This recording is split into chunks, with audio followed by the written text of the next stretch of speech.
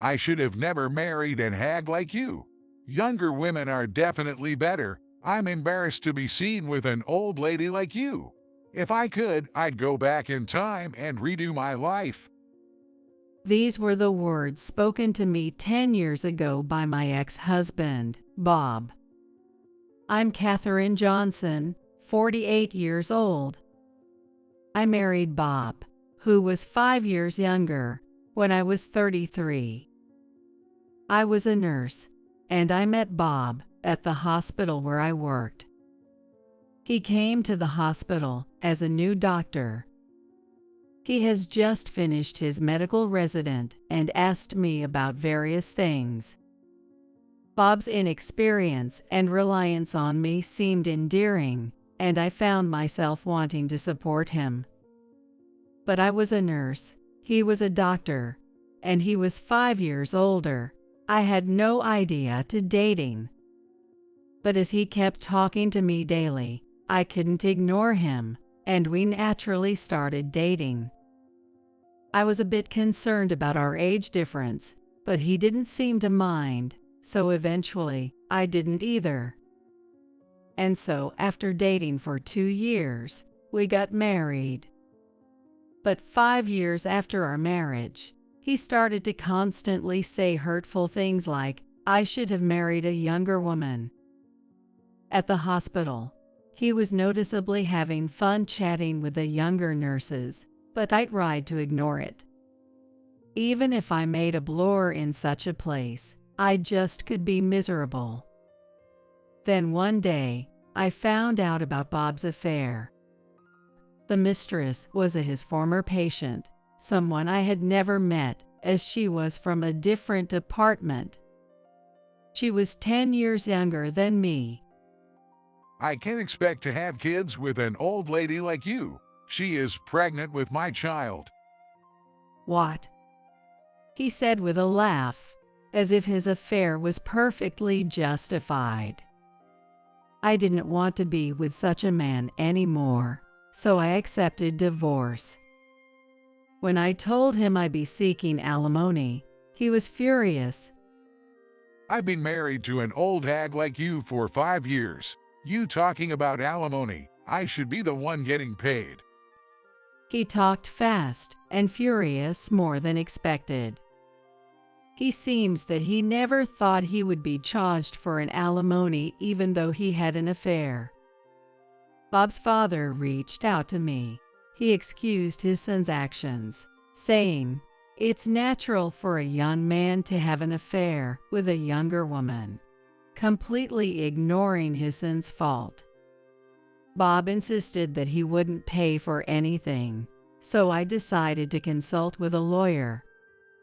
I had been insulted and cheated on, so I couldn't just be silent. The lawyer agreed that seeking alimony was my right, and I decided to leave all the procedure to them. It's often said that divorce is harder than marriage, and I found that to be true. Thanks to the lawyer, I got the alimony and moved out of the apartment which we shared, and I started my life as a single woman. I changed my last name back to my maiden name, Martin, from my married name, Miller. Thankfully, Bob was transferred to another hospital. I don't need a hospital with a greedy old hag like you. He sneered when he left. He probably thought marrying his mistress immediately after our divorce would look bad. I was impressed that he already found the next workplace. But as they say, you can't shut people's mouths. Rumors about me being dumped by Bob for cheating spread, and I felt everyone's eyes on me. Eventually, the suspicion and gossip took a toll on my mental health, and I resigned from the hospital.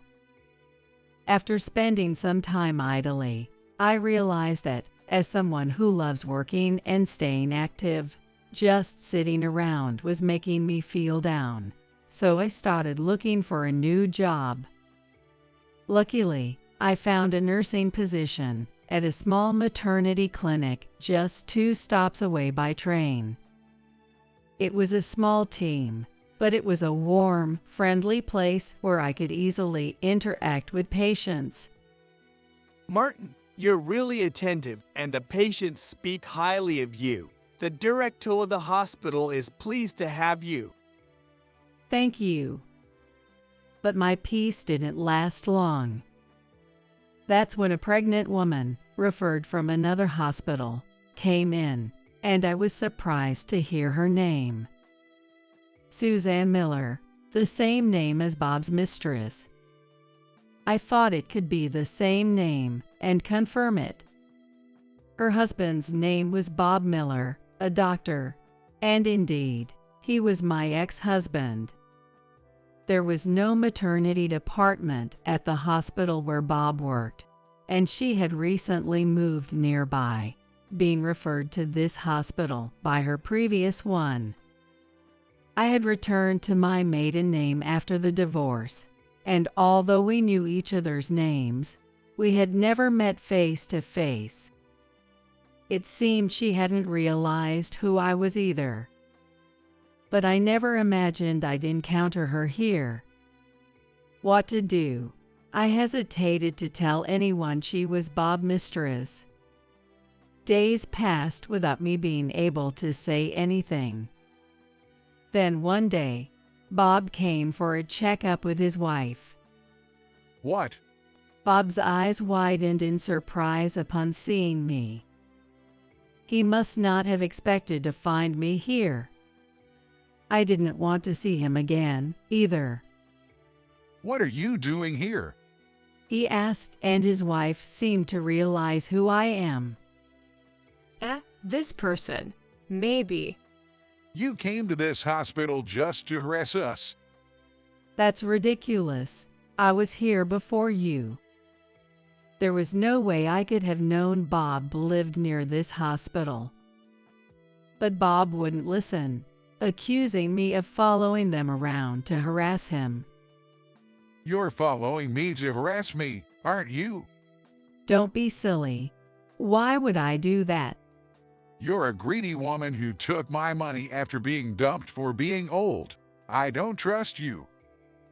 He shouted in the examination room, making our relationship known to everyone around.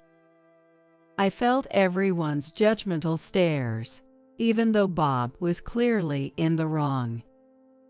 Well, I'm scared. Ever since I came here, I felt she's been giving me mean looks. What if she does something to my baby? His wife added dramatically, tearing up. Keep her away from my wife. She might do something, Bob said, and the attending doctor asked me to leave the examination room.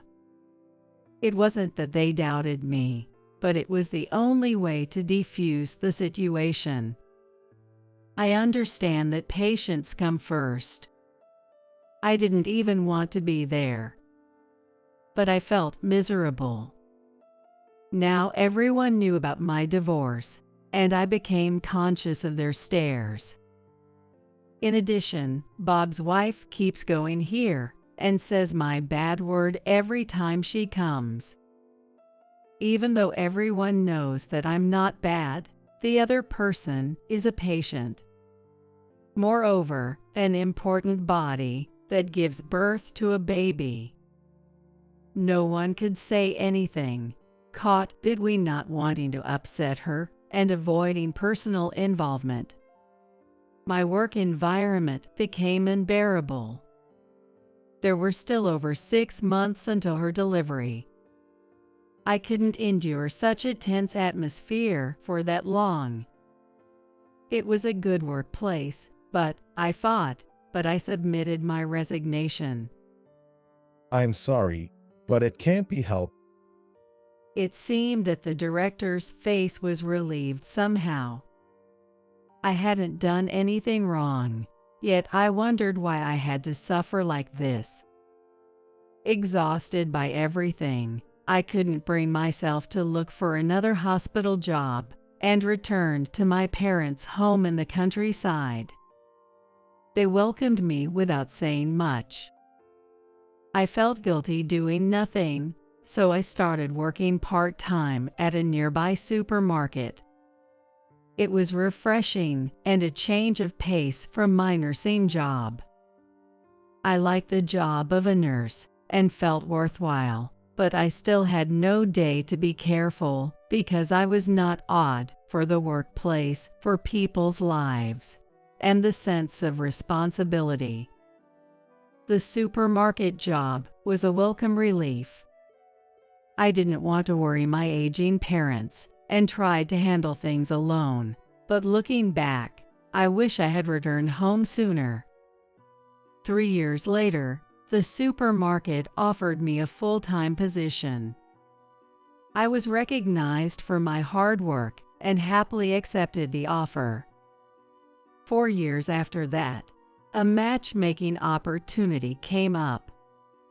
Would you be interested in going on a blind date? What? There's someone who might be just right for you. The department manager from our main store brought it. At that time, I was 45 and had no intention of remarrying, so I planned to politely decline, but the manager was insistent. The man was 47, like me, and also divorced due to his spouse's infidelity. The cause of the divorce was a flirtation of the spouse, like me. It had been 20 years since his divorce. Reluctantly, I agreed to meet him. Given our age, we decided to meet directly without an intermediary. When I arrived at the designated restaurant, he was already there. As I entered the room, he suddenly stood up, bowed deeply, and accidentally hit his forehead on the table. Ouch. He raised his face, now flushed red.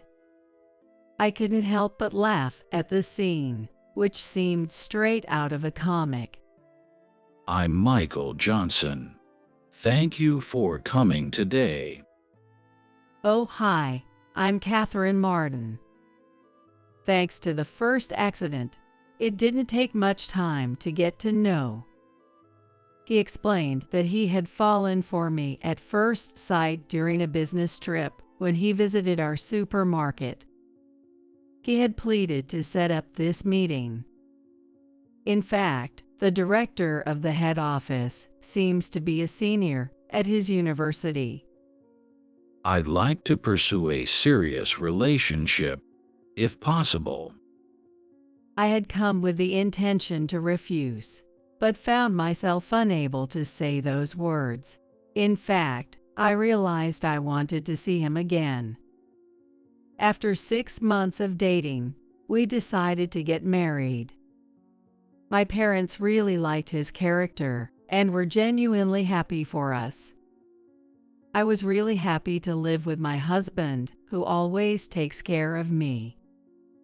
Given our age, we didn't plan on having children. However, when I turned 48, I fell ill. A visit to the doctor revealed a surprise. I was pregnant. I had never imagined I could get pregnant at this age, nor did I think my illness was actually morning sickness. Michael must have felt the same. It looks like there is a baby, I said naturally. He replied, "That's great news. Who's the lucky couple? Do I know them?" "Yes, you know them very well. They're right in front of you." What? "I'm pregnant." Michael looked bewildered and fell silent for a while. "Well, that's to be expected," I thought to myself. He then looked at my stomach. Our baby. When I nod, my husband turns further. He was probably overwhelmed by the unexpected news. I had ended up in that situation myself.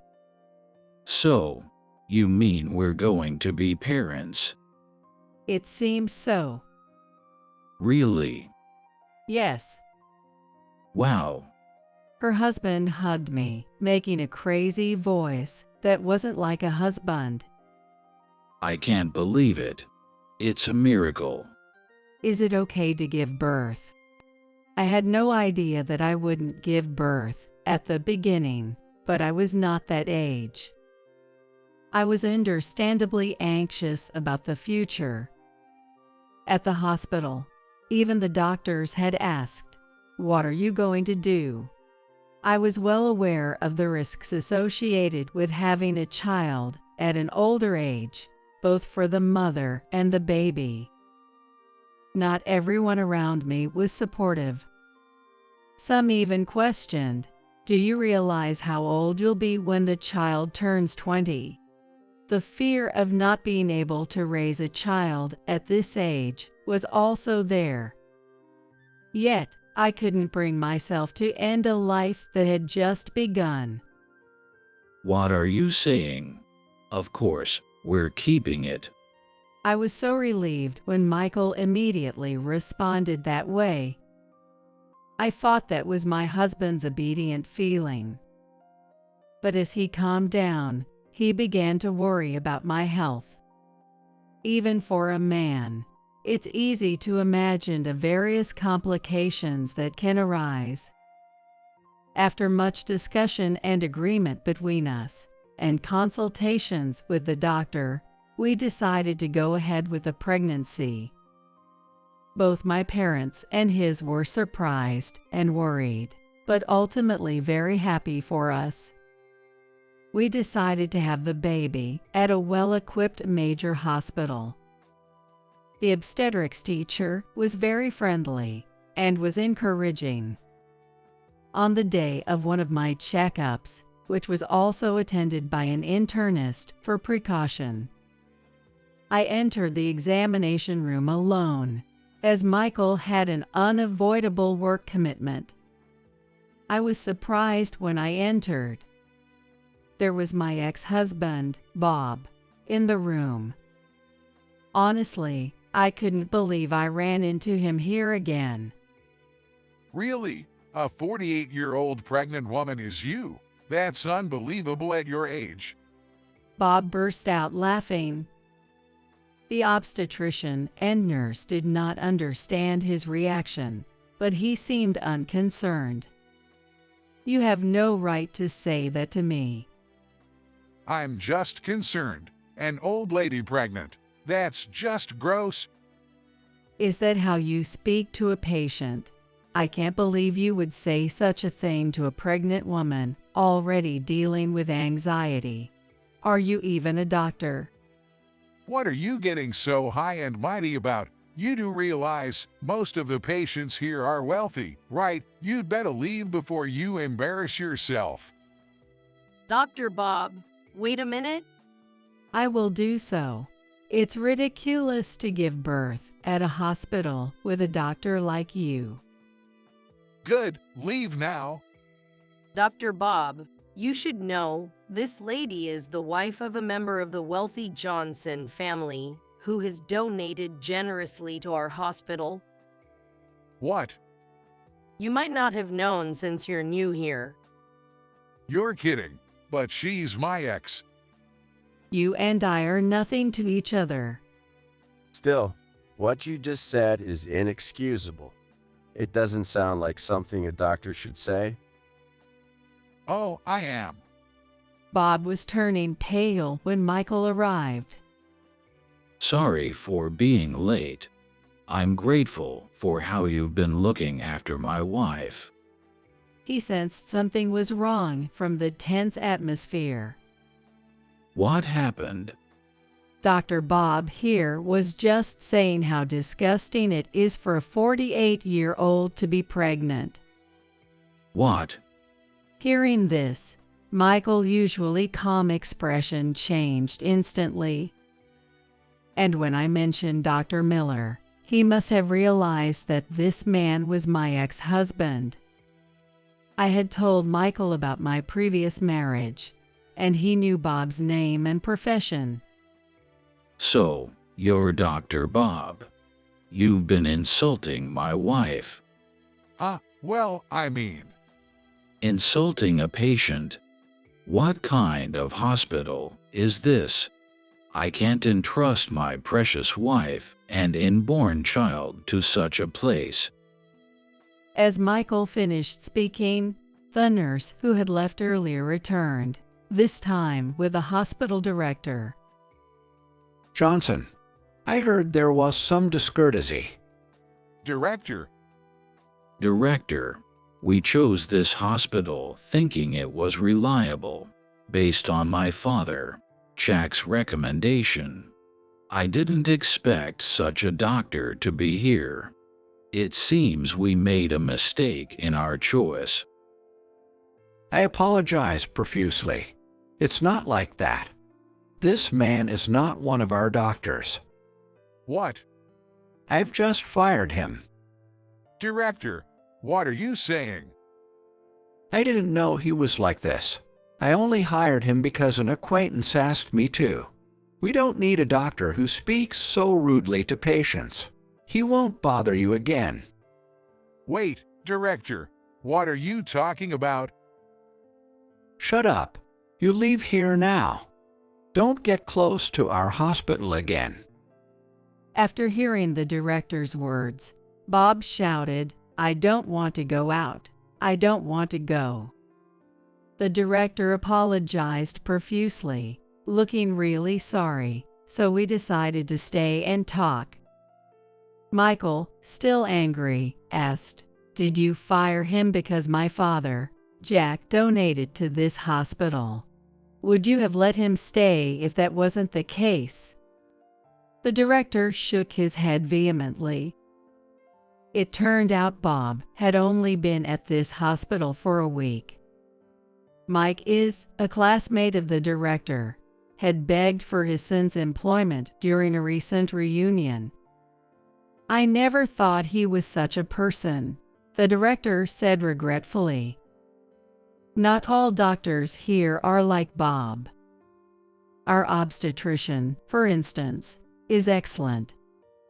I said I still wanted to give birth here if Bob was gone, and Michael agreed. Jack, the CEO of a major corporation with branches nationwide, donates part of his profits to medical and welfare facilities.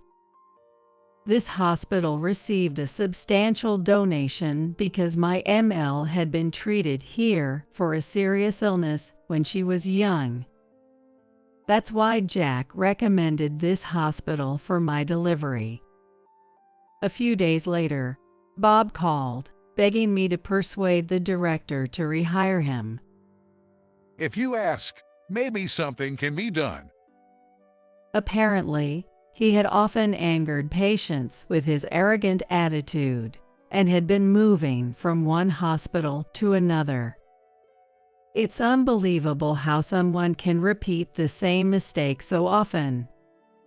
The ex-Phil said, "If you lose the next job, there is no future for you." Nevertheless, it is no wonder that the sweetness of the ex-Phil may have made Bob such a man. When the phone was called, my husband was with me.